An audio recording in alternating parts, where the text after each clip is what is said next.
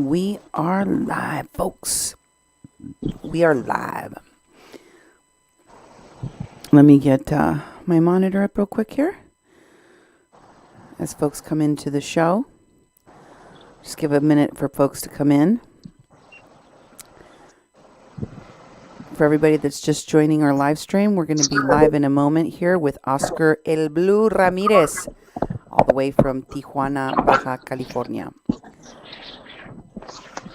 Here we go. Let's see.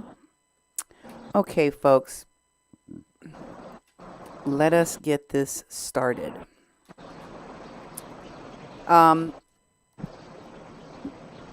Welcome, everyone. This is a Mexican Crossing Lines with your hosts, Cindy Gomez-Schempp and Duke Gomez-Schempp.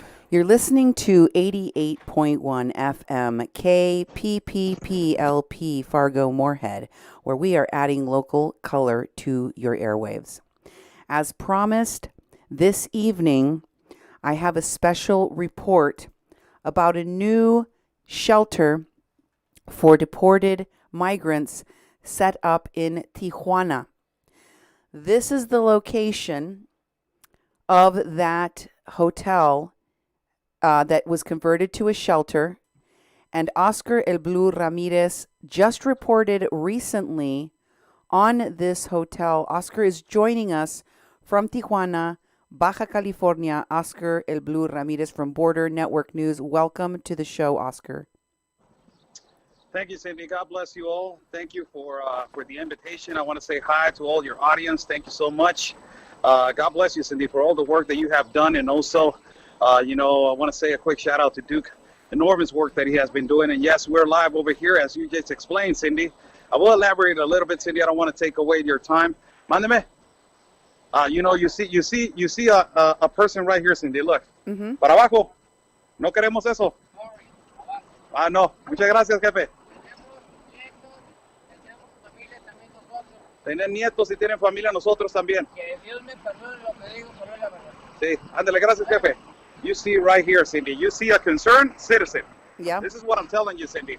God bless you all. Let me elaborate a little bit so we can get into the topic, Cindy. And I will answer all your questions. Thank you. This is a hotel that has been in this community, in this neighborhood that is called Los Altos. This hotel is pretty old. It goes more than 25 to 30 years old. It has been a hotel that has been in the middle of this community. Now, as I shown in the video and during the week, there's gated communities. It's a neighborhood. It's full with houses and it's full with apartments. This hotel was actually rented by the World Health Organization, working with the United Nations, and we went in there. It's amazing the accommodations that these people are going to get.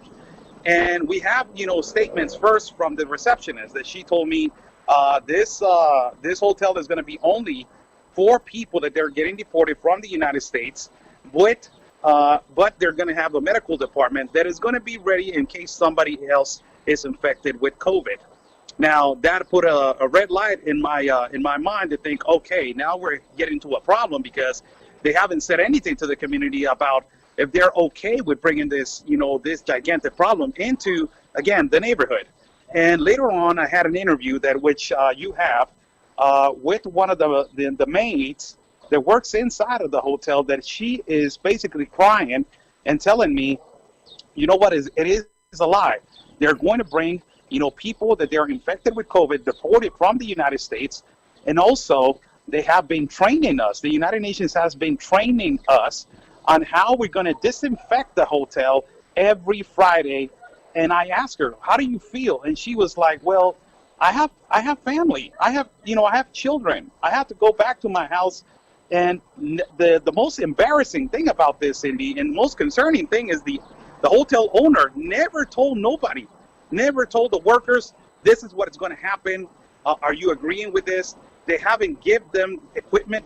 They're only going to give them the mask, gloves, and just the astronaut suit, the whole works for the new control of humans, and, all this stuff. So I will flip the camera, Cindy, today. We're doing this live feed for everybody that is watching. I told Cindy that I was going to go inside of the hotel. I talked to the receptionist. She told me, there's a possibility But guess what, Cindy? This is what happened, as you know, and then we've been broadcasting together for almost 2 years now. This is what they do. The nonprofit organizations from the United States, the United Nations, all of this, when they smell problems and when they smell trouble and when they smell concerned citizens that they're going to protest, they do this.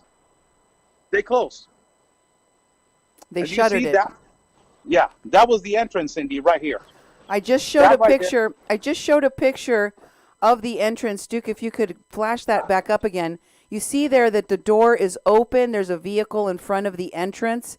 Now let's take us back to that live shot. It's closed. Can you see that? That garage door there, it's pulled down so no one can get in. And you have been reporting, Oscar, from this location. You've been giving this a lot of coverage in the last few days. Do you think maybe they got spooked because there's awareness, there's media awareness in the community? Today, no. The speculation was in that today, supposedly they were going to arrive migrants today. So wow. There was going to be a protest by the community. But as you see, this is how they work, Cindy. They close the place that they are, possibly going to get people in, so nobody can see, nobody can go in. It has happened in Shelter Caritas also. You guys remember that I went in there, nobody knew who I was, and immediately after they knew who I was, they wanted to just kick me out from there and tell me, you know what, get the hell out of here. But now they have a fence, Cindy, and they have black curtains outside of the Shelter Caritas, so nobody can look inside of the shelter. Now, this is the thing that is, quite amazing right here is that, we have seen, buenas tardes, Pepe. We have seen that, this was open, Cindy. Let me flip the camera so you guys can get the glimpse, and I will walk around so you guys can get the whole works. So this is closed. Now, where the price of the motel was on top, it is off. You see also a sign right there, and I will get close to that, Cindy, so you can see it. Okay. Now, while you're walking over there, I want to show a clip here really quickly. I'm going to show a clip from a video you did yesterday. And this shows you inside of the hotel, which has now been shut down. Here's that clip. Scroll down a little bit. You'll find it. It's right there. It says 3-bedroom. Here's that clip for everyone. One more. Take a look. I want people to see the inside of this place. Can you go back to the...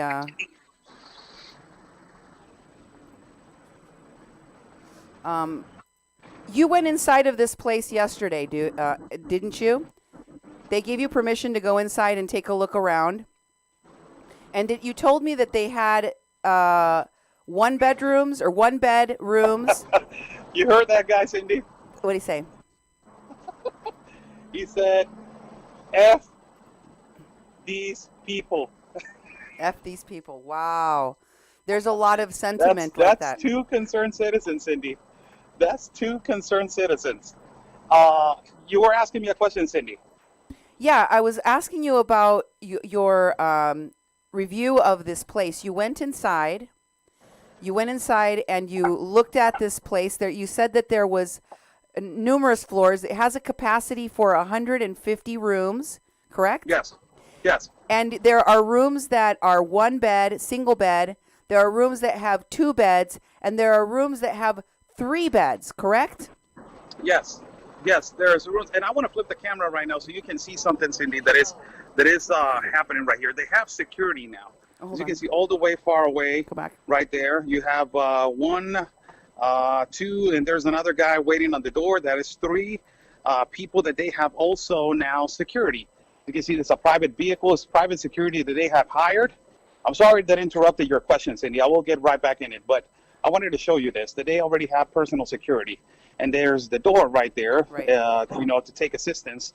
And whoever wants to come in, as they have been doing, Cindy, they're really overprotected on who goes in, who goes out. And if you are already that's how they do it. If you already wrote an email to them, they analyze that they want to let you in or not. So the question that you were asking me, yes, I went in there. There's 3 floors, Cindy.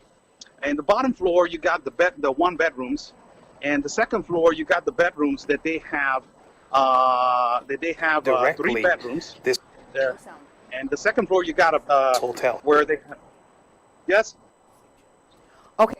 I wanted to show real quickly, if you could pause for a moment, I'm going to show this video clip where you show the 3-bedroom. Yes, go ahead. Here you go. This hotel is paid directly from the United Nations. All the funds are coming from the United Nations and organizations from the World Health Organization. It is amazing how the United Nations is all up in our business and is all up in our city and in our country, doing as much as they want and paying as much as they want to with all the authority. Let me change the camera for everybody to see right here. This is a really nice hotel, as I shown right now. A room that has 3 beds. This is a hotel that has all the accommodations, and right now all the rooms that I have gone through, first floor and second floor, all of the rooms are empty, as you can see. All of them are empty, and all of them, the majority of them, are closed.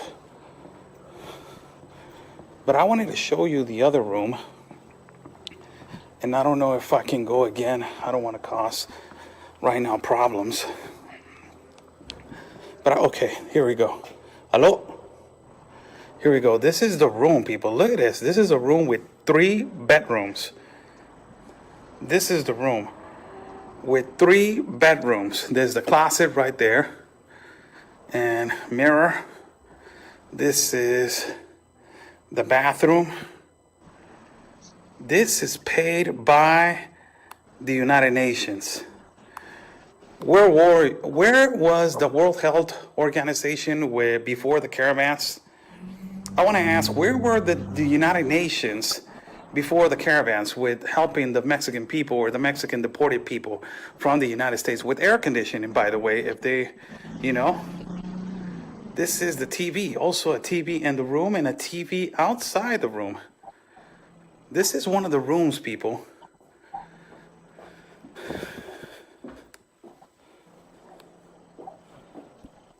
Still playing. So, Oscar, question about this room that we just looked at. You mentioned that these are paid for by the United Nations and the World Health Organization. They're helping. Yes. They are the ones that took this hotel and made it into a shelter for deported migrants. Yes. But you also told me there's a cost associated with staying in one of these rooms. There's an hourly cost, a daily cost. Can you break that down for us? Yes. It was all over, mainstream media, this hotel. And the most amazing thing is that they came out, they gave a little statement before, touching on the first thing. And they said, yes, we are the United Nations and we are helping, people that they are being deported. We're nowhere to go with, possibly, infected with COVID. Now, the prices right here, Cindy, I looked at them, and it is amazing. The daily stay is 900 pesos. The daily stay for a 1-bedroom, 1,300 pesos for a 2-bedroom. That is around $50-some, and 1,500 pesos for a 3-bedroom for a one-night stay. So you're talking about roughly $70 for a one-night stay. They're saying that they're going to keep every supposed family or supposed individuals that they are going to stay at this hotel for only 15 days. So it's not going to be a thing that is going to be stopped. They're not going to use this just for a couple of weeks. They're going to use this for a month, 2 months. It is amazing how much they're investing, Cindy. It's this plus the equipment on people that they're possibly getting infected, plus personnel, plus doctors, plus everything. So it is just unbelievable. I was just stunned by seeing this bedroom with this room with 3 bedrooms, 2 TVs, 1 bathroom, My God, like not even Mexican people get that treatment, Cindy. You already know. We have thousands of people in the canalization right here in the canal living in poverty without no food, without no water, without nothing.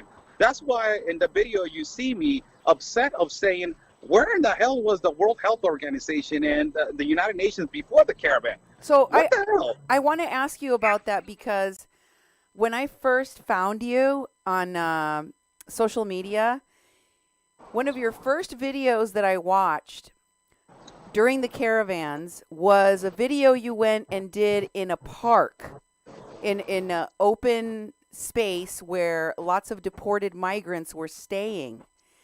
Yes. And there wasn't a porta potty. There was nothing. No medical services, no Marines feeding the people, nothing for the people deported back to Mexico. Many of them who are Mexicans, Mexican nationals, and there was no help for them. And you have been born and raised in Tijuana, so if there had been any form of assistance like this during that time, you would have found out about it. Have you seen anything like this before? No, nowhere. And one of the things of at that particular time when I went to Parque El Mapa, it was the name. That's right. I saw a lot of, people with starving with food. There was no water. There was not even one portable bathroom. And after we exposed that day, immediately in the next couple of days, there was the municipal, services right there bringing portable bathrooms because it was embarrassing, Cindy. You see Mexican people laying down on the floor in a park. And a couple blocks from there was a shelter, Contra Viento y Marea. And you see all these people from the caravan complaining about not enough portable bathrooms, that the food is not good, that the clothing is not new. It is amazing, the injustice. And before that, the question that you are asking, I have never seen this. This is ridiculous. How are you going to spend this? Where the thing that upsets me more, Cindy, is that the United Nations does as whatever the hell they want. They don't consult the citizens. You just seen two concerned citizens right here. One of them effing, the hotel, and the other one saying, hey, they never asked our family. We have kids. We don't want them here. And it's just amazing how the United Nations takes upon, decisions of citizens, of Mexican citizens, and where they live. I've got a comment on this. I'm gonna have Duke jump on the screen and talk about this a little bit because he used to actually be on the planning or zoning or whatever committee here. You can't just open up a shelter like this designated for people with COVID in any old neighborhood and not consult with anyone here in the United States. Yeah. And over here, you could actually. They do. Is that a question for me, right? No, that's a question. I'm talking to Duke. I'm telling Duke. Okay. This is something that. No problem. No, I was on the planning commission in Moorhead, and in the United States, if it's zoned for a shelter, they don't have to ask anybody. Right. And the YWCA did that in Fargo. They just opened up, but it's a good public relations tool to talk to the neighbors and make sure you're not going to have problems.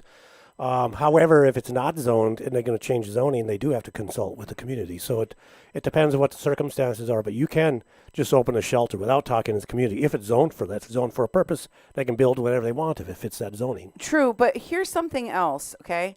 And this is especially true, I think, in Mexico. But here in the United States, if you open up some kind of a shelter, and we saw it before here in Fargo Moorhead, for the homeless or for whatever, people in the area get very upset if you're bringing a new element, especially close to children, family, and schools, especially like when we had a wet shelter open up where we had people that were high or drunk and in a neighborhood where people had children, That's the kind of thing that really upsets people. And this neighborhood where this shelter opened up for deported people, there's a lot of people in that neighborhood that are very upset. Can you talk a little bit about that? Yes. Not only that, on the day that they try to put everybody in, and they already, declared that this hotel was going to be used specifically for sheltering people that are possibly affected with COVID, a lot of people came over here and started to complain. I will walk a little bit to show you the gated community that is in front, Cindy. So you will see how, it's in the middle of everything and how people are going to start complaining. You already saw 2 people complain about it. This is a gated community right here, Cindy. It's a beautiful gated community. For me, it's beautiful. A lot of people were complaining and they were saying, I can't believe that you're saying that is beautiful. For me, it is. I'm in Tijuana. It looks pretty nice. Yeah, so this is a gated community. They're opening the door. Let me see who comes out, Cindy. There's a car coming out. Oh, wow. So this is a gated community. You see a nice car right there. Mm-hmm. And these people are specifically have access, as you see. In and out. They close it right away. Yes, they close it right away. So this is a gated community that is with Mormons. It's a Mormon community. And I already asked what's up with this community. It's a Mormon community. Now, I'm going to walk around a little bit, Cindy, so you will see. This is the door, which they're not going to answer me if I knock. Right. As they didn't have curtains the other day. Now they have curtains. So quick question for you.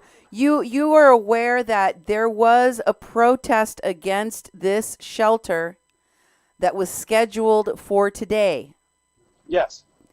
And miraculously, on the day that people are going to protest this shelter being opened in their neighborhood, they put curtains up and they close their doors.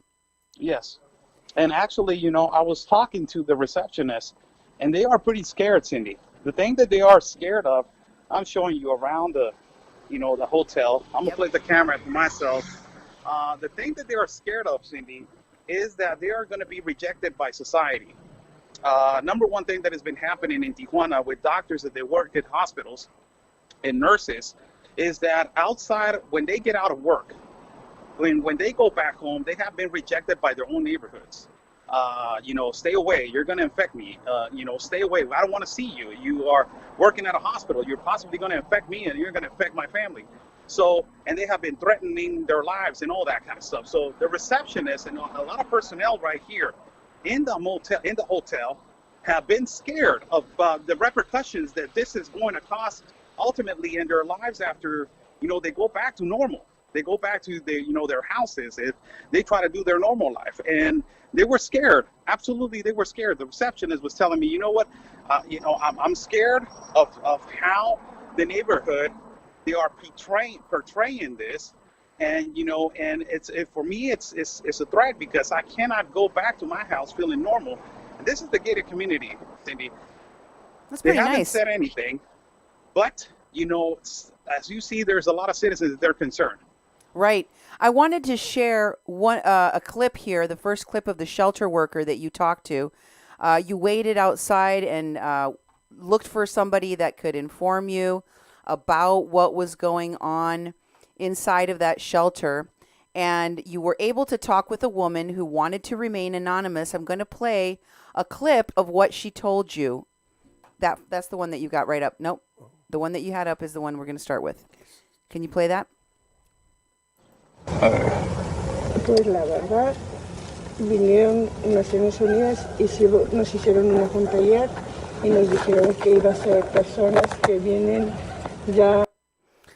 So she was talking about being informed that this was going to be a shelter for people returning with COVID. And in the second clip here, we're going to go to the second clip here in just a moment. This is the clip that is shelter worker. Yes, that's the clip. Go ahead and play that for us, if you would. La ropa, sábanas y todo. Cada 5 días nos vamos a meter a hacer limpieza profunda y todo. Cada 5 días. Pero nadie va a ver guardia, no van a pedir nuestra identificación para. So we have to come in and we have to change all the sheets and clean the room every 5 days. We have to disinfect everything. Can you go back? Because yeah, go ahead. Right there is good. Pero nadie va a ver guardia, no van a pedir nuestra identificación para entrar, para salir, todo. Qué barbaridad. ¿Cómo se siente, señora, usted? ¿Asustada? Pues tengo hijos. And then Oscar asks her, "How do you feel about this? Are you scared?" And she said, "Well, what do you think? I have children." So obviously this is upsetting for her. Let's go to the next clip, please. In this next clip, she's talking about the job. De allá del otro lado de migrantes para acá, pero aquí van a estar en cuarentena otra vez. So when their migrants are deported back to Mexico, this is where they will quarantine. ¿Ok? Va a haber enfermeros, va a haber todo, no va, There will be nurses here. We'll have everything they need. nadie va a salir, nadie. No one will be able to leave. No one. ¿Ok?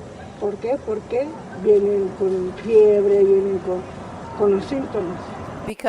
So why can't they leave? Because they come here with fever. They come here with symptoms. ¿Ok? Por eso yo les dije en la clínica acá, en una clínica de acá de Atlántico, ¿qué podría hacer yo? Me dijeron que me cubriera bien y todo. So I asked at a nearby clinic, like, what can I do to protect myself when working around these people? And they told me to, cover myself up really good. Porque pues es peligroso. Porque la verdad no es lo que ¿Usted trabaja ahí? Sí. Because they told me it's very dangerous. And Oscar said, and you work there. Es camarera, precamarera. Sí. And you clean the rooms at this place, right? Sí sabe los peligros que se va a exponer. So you're realizing the dangers you're putting yourself in? Les van a dar el equipo suficiente para trabajar. Are they giving you the proper equipment to protect yourself when you clean these places? No. Me acaba de decir la recepcionista que sí. She's shaking her head no, and then she says no, and he says no? I was told by the receptionist you were going to get all the equipment you needed. Si ahora les consultaron, les dijeron, ¿saben que esto va a pasar? ¿Están de acuerdo? ¿No les... And she said no, they didn't get the proper equipment. And he said, were you even consulted about this place being a place for COVID people? Este es el uniforme, un pantalonero. Y no les consultaron, no les dijeron nada. Pues esto está muy mal, es contra sus derechos. So they didn't consult with you at all? That's really bad. I mean, that's against your rights. Está arriesgando prácticamente su vida, Sí, ser pero infectado. ¿qué podemos hacer? Necesitamos trabajar. I mean, you're risking your life practically here. Well, what am I supposed to do? I need to work. Eso es lo que me acoraja.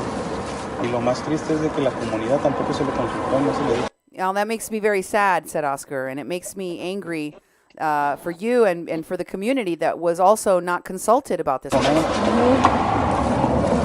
se lo dije a un guardia para que...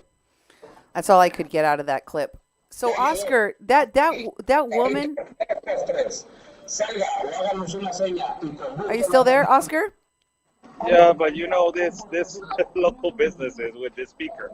Okay, cool. No, that's fine. I was waiting for him to go away. Go ahead, Cindy. I was going to ask you, Oscar, can you clarify some things from that interview that you got with this woman?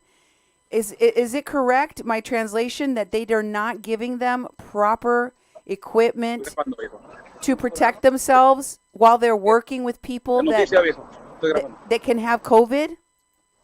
Yes.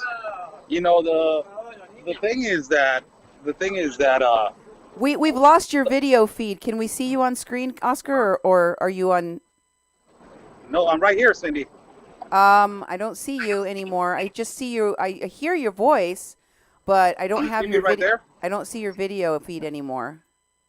Okay. Can I think I got a phone call, so that's why it gets like that. I don't know if I can call back. Yeah, just call me back. Call me back. Okay. Here we go. All right, we'll see if he can get back on here. So I want to get to the bottom of what the folks were told, because it sounds to me like the UN, WHO, whatever groups came together, purchased this place, got it ready for migrants deported from the United States, and didn't tell anybody. They didn't tell the neighbors. They didn't tell the workers. Is that my correct assumption that the workers were not told and they were also not consulted and they're not given the proper equipment? Yes, yes, and you know what is really upsetting right here, Cindy, is that unfortunately in Mexico we have to work. That is the ultimate solution. There's no stimulus check. There is no the unemployment.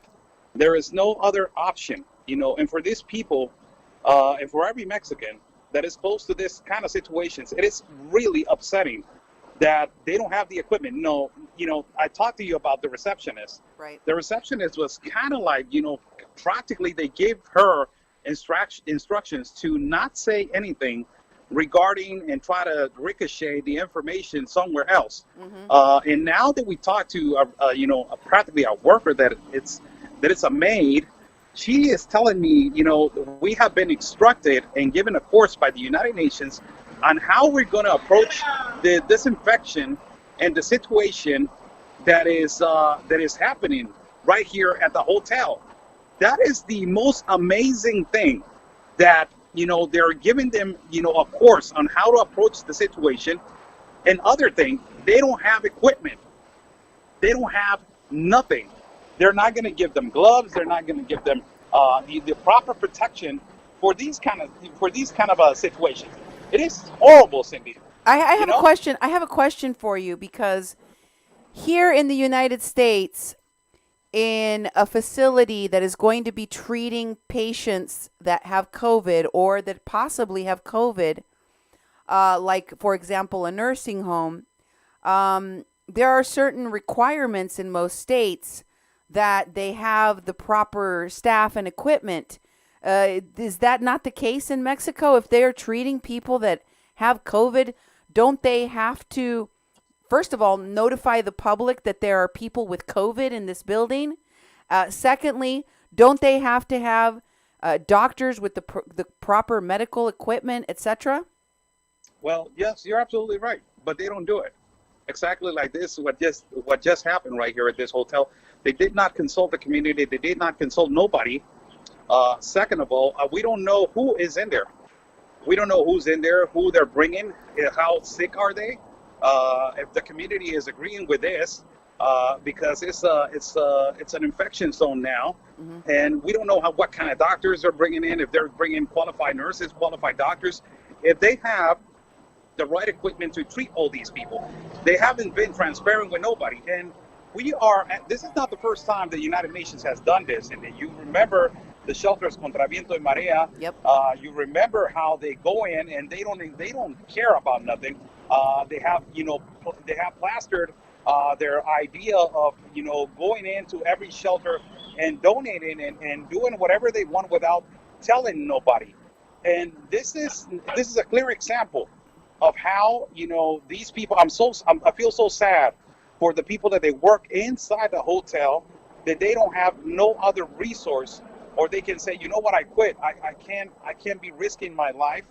I will go back home and I will find another job. It is not. We don't have an option like that. They don't have an option like that, and it's sad. It's very, very sad.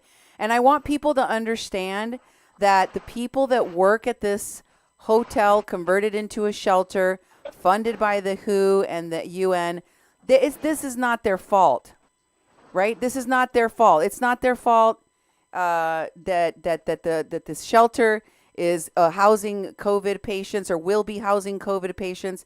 They don't have any say about how people are equipped in the staff, about what they're telling the public. They're just trying to keep a job. They're just trying to earn money for their families. And many of them are very scared to talk to the media. So this place, which is right behind Oscar's head, you see here this hotel that is converted into a shelter right behind Oscar's head. That place now has their door closed, now has curtains on the window. Do you think it's really closed, Oscar? Or do you think that they are housing people in there right now? Oh no, I already know that they. I have a feeling, and this is prior experience of how they work. to my understanding right now, I completely, under in my perception on how they work, I can understand, why they are guarding themselves. First of all, is because they don't want to be exposing, what is happening in reality inside to the community. And second of all, they already told everybody that they were going to house the first amount of migrants. They didn't tell us the quantity, but they told us that they were going to house the first amount of migrants on Friday. And I talked to the receptionist, and the receptionist was pretty scared on saying, today is the day. I don't know how the community is going to react. They are threatening on the group. There's a group community right here, and they were threatening, to come over here to throw rocks at the hotel, to destroy practically the hotel, until they understood that they don't want this kind of a situation right here in the community. And to my belief, this has been happening right here for almost 2 years, Cindy. What they do is they rent the place, and as soon as they start operating, they close the place. Why? Because they have the whole personnel. They have doctors, they have nurses in there. That they don't want to expose nobody to being seen, to being put on camera, and absolutely they don't want nobody to know what is going on in there. Does this feel a little bit like deja vu to you? I mean, you you went to the secret shelter they were building. You saw some doctors from Doctors Without Borders, and you were practically chased out of there. You went Nobody likes me, Cindy. you went to Viento y Marea, and again, they keep everybody out. They keep the media out. They definitely don't like you over at Caritas shelter. All of these places have a tendency to close ranks and really keep the outside world in the dark. So nobody knows what's going on inside of the shelters. Nobody knows how they operate.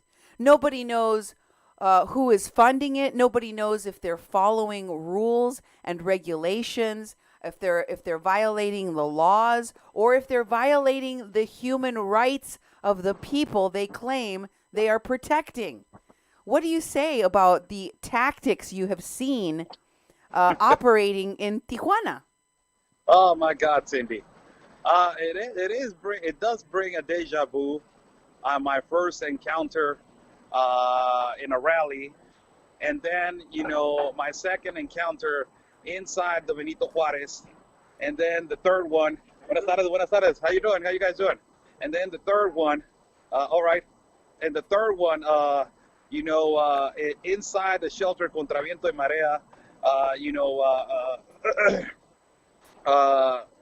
Having arguments with Antifa, and and defending our people, and then later on in El Barretal and all these shelters that I've been in, and it all the same tactics, Cindy. It is just disgusting. You get exhausted of seeing it, and it is just because, and if we go politically in, it's because our president re-signed the Global Compact of Immigration. And because now all our country is turning into a globalist country, we get these kind of situations. Now, touching on that, a lot of people think, oh, yes, this is only happening in Tijuana. No, people. On my last trip to Juarez, we did an investigation, Anthony Agüero and myself, on a hotel in Juarez. And the same situation, they're doing it in Ciudad Juarez. They're hosting people, and they're hosting migrants that they are infected with COVID, and it's a really nice hotel also, Cindy. I will actually post the pictures later on for you guys to understand what I'm talking about. And it refers exactly like this one, and it is closed, and the entrance is on the back of the hotel.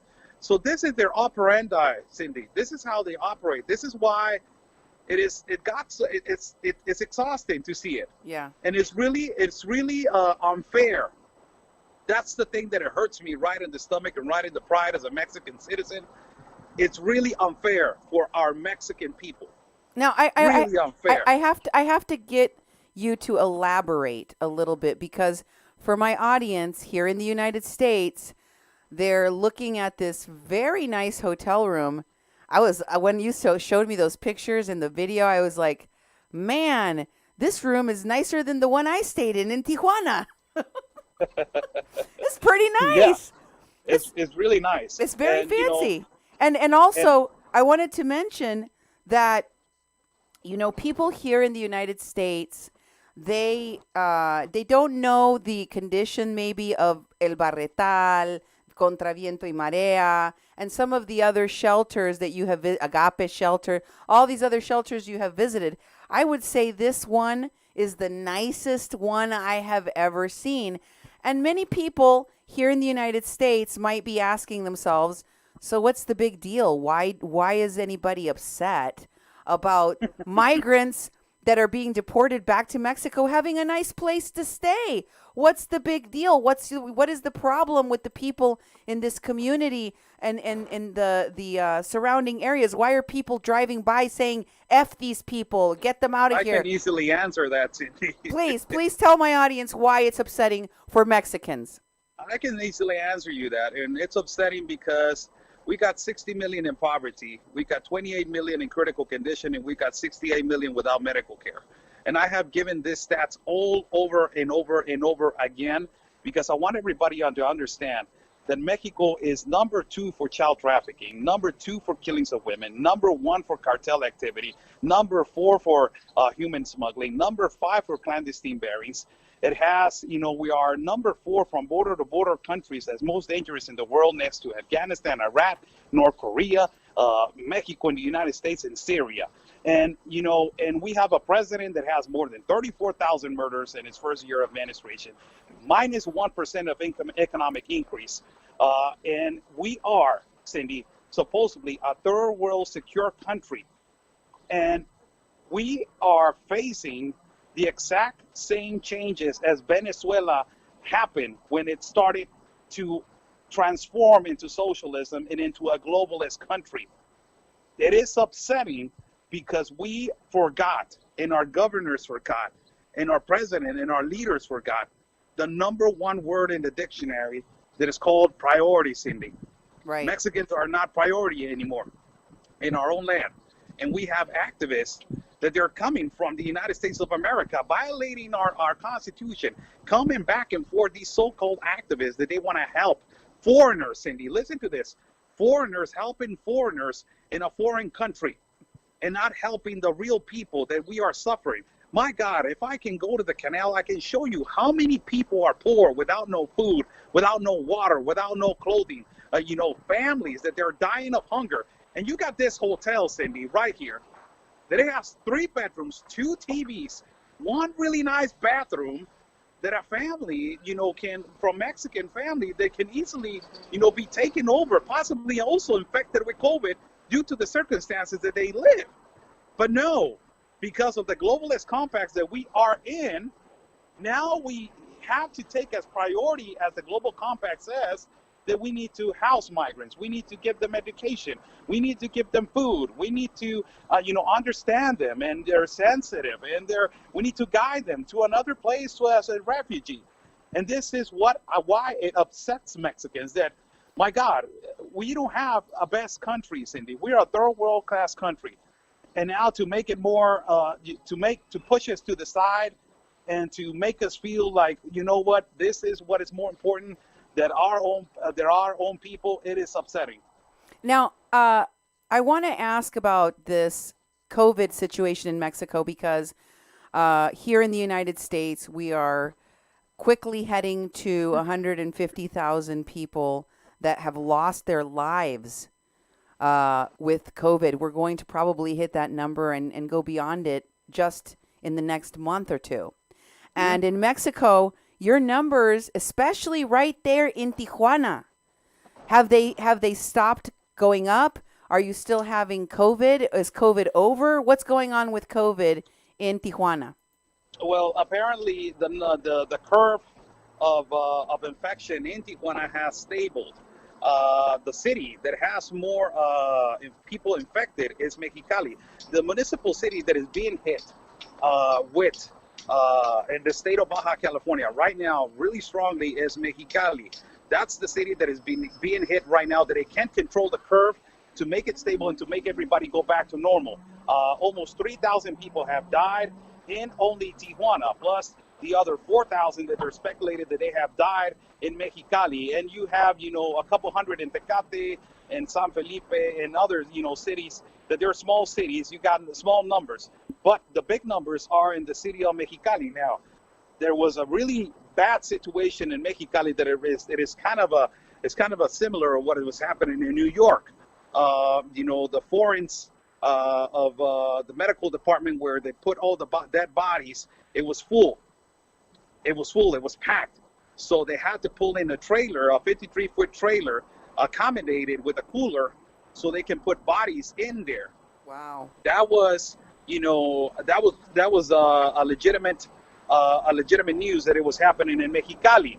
And, there's a lot of situations that they're happening over here in Tijuana. The most frightening situation, Cindy, is that our Secretary of Health, National Health, Lopez-Gatell, just said to everybody, hey, you know what, we're going to be good in February. Then he said we're going to be good in March. Then he said we're going to be good in April. Then he said, we are in third stage. We're going to be good to July. And now he pushed it all the way to August. And from August, he just gave, a couple of weeks ago, he just gave declarations of saying the prevention system in Mexico is going to go all the way up to April 2021. So this tells you that we are, that it's really difficult to fight against this. I would like to call it, Cindy, in a way, control, but it's really difficult to fight against this control. Now, I have a question about how the deported people coming to Tijuana, many of them will have COVID, as we are learning. How is that going to affect, how is that going to impact or complicate the situation for the people in Tijuana, for the people of Baja California to have an influx of people with COVID coming from the United States who are deported, and also possibly very soon from the new Caravan, where they say about a third of the migrants in the Caravan also have COVID? Yeah. The most alarming thing right there, Cindy, is I've been saying this, all the shelters, and specifically the one that Pastor Alberto, Agape Shelter, he had a lot of people that were infected and they presented all the symptoms. But all these people that they are in shelters over here in Tijuana, first of all, to touch that, a lot of them are infected and they haven't even been tested. So this is the alarming thing. The alarming thing is that, the alarming thing is that they're going back to court. They already have a court date. Mm-hmm. And when they go back to court, all these people are sick. They're not good. They're sick. So you have another problem for the United States government now. Regarding to Mexico, my God, they're saying that the new Caravan that is coming, it has 30% of people that they are possibly infected with COVID. Now, you get all these people that they're deported, that supposedly they are deported with the 40% already cured of the infection of COVID. Now, it's another responsibility, Cindy, that the government of Mexico needs to take now because they are in the global compact. Now we are seeing who's taking responsibility, that is the United Nations, back here with this hotel. Mm-hmm. Now, this is crazy because we're going to get the infection from South, and then we're going to get the infection, the aftermath from the United States of all the people that they're getting deported. Plus, we already have an infection right here in shelters, so it's nowhere to go, Cindy. It's amazingly nowhere to go. We don't have. You guys have seen in Tijuana, we don't have enough doctors. We don't have enough nurses. We don't have enough hospitals. We don't have enough personnel. We don't have it. No. Instead, we're getting more of it. And I was doing a show earlier today in which I talked about the recent Supreme Court decision that said that people that are seeking asylum do not have a constitutional right to present their case in federal court. They don't have that right to a legal process. So they can be deported in an expedited fashion back to Mexico. That's exactly what's going to happen. It's already started happening now, but I think it's going to happen on a grander scale now that the Supreme Court has affirmed the migrant protection protocols, otherwise known as stay in Mexico, and that the numbers that you're going to be seeing in places like the shelter right behind your head are going to blow up very quickly. Yes, and the other thing that is, you're absolutely right. And the other thing that is a concern, Cindy, is that there's a speculation of a lot of people, that they are preparing for when the essential and non-essential, order is reopened again. That is when, supposedly, possibly, they're going to confirm another caravan to go to the border to protest, to see now that they're protesting all over the damn place. Now they're going to start doing it again. So that is in a speculation right now that they're saying. And, it's concerning, Cindy, what is happening to our city. Our city has changed, my God, Cindy, a lot since 2018. Our city has changed a lot. We got, little Haiti community. We got little Center America community. We have, a lot of communities are growing from the Middle East, from Asia over here. So it has become a globalist and per se a globalist city. And it's really hard to control the fluency of migrants because it's open and everybody can come in and everybody can go out. This is a big problem right now with COVID. Now it's a concern to all the citizens, and it's a concern to people right here in the community, around the community. As you have seen, people don't like this situation and don't like, and I'm telling you, Cindy, not far along, people are going to start protesting right here outside of this hotel. Yeah, I can imagine. And, that's probably one of the main reasons why they put, curtains on the windows and shut that gate, because they don't want to see the protesters. But to speak to the new caravan for just a moment, I was telling my audience that you were in Tapachula, Chiapas, along with Anthony Agüero and Ben Burquam, all reporting for America's Voice and Border Network News about the caravan that was coming in January. And you were there on the day that the caravan stopped. The mother Yes. of all caravans. It stopped. It did not come in. What do you know about the new caravan? We know that COVID stopped the last one. Comar is about to open up again and start processes for these folks. What do you know about the numbers on the border of people waiting to possibly cross or join this caravan? Yeah, so Carlos Villagran came out. This activist that you have done enormously great work on investigating this guy. Carlos Villagran came out and he said that spread out to all the triangle of Central America. We're talking about Honduras, Salvador, Guatemala. Also, now they're talking about Nicaragua, Costa Rica, Panama. All these 5 or 6 countries. He says that around 75,000 migrants, they are awaiting to the National Guard to let them migrate. All these countries, they have the National Guard to not let nobody out. Now, we have received reports from our contact, that is Carlos Lopez in Tapachula, that we have, another colleague that is in Guatemala, information about what is happening in Panama. In a place in the jungle that is called El Darien.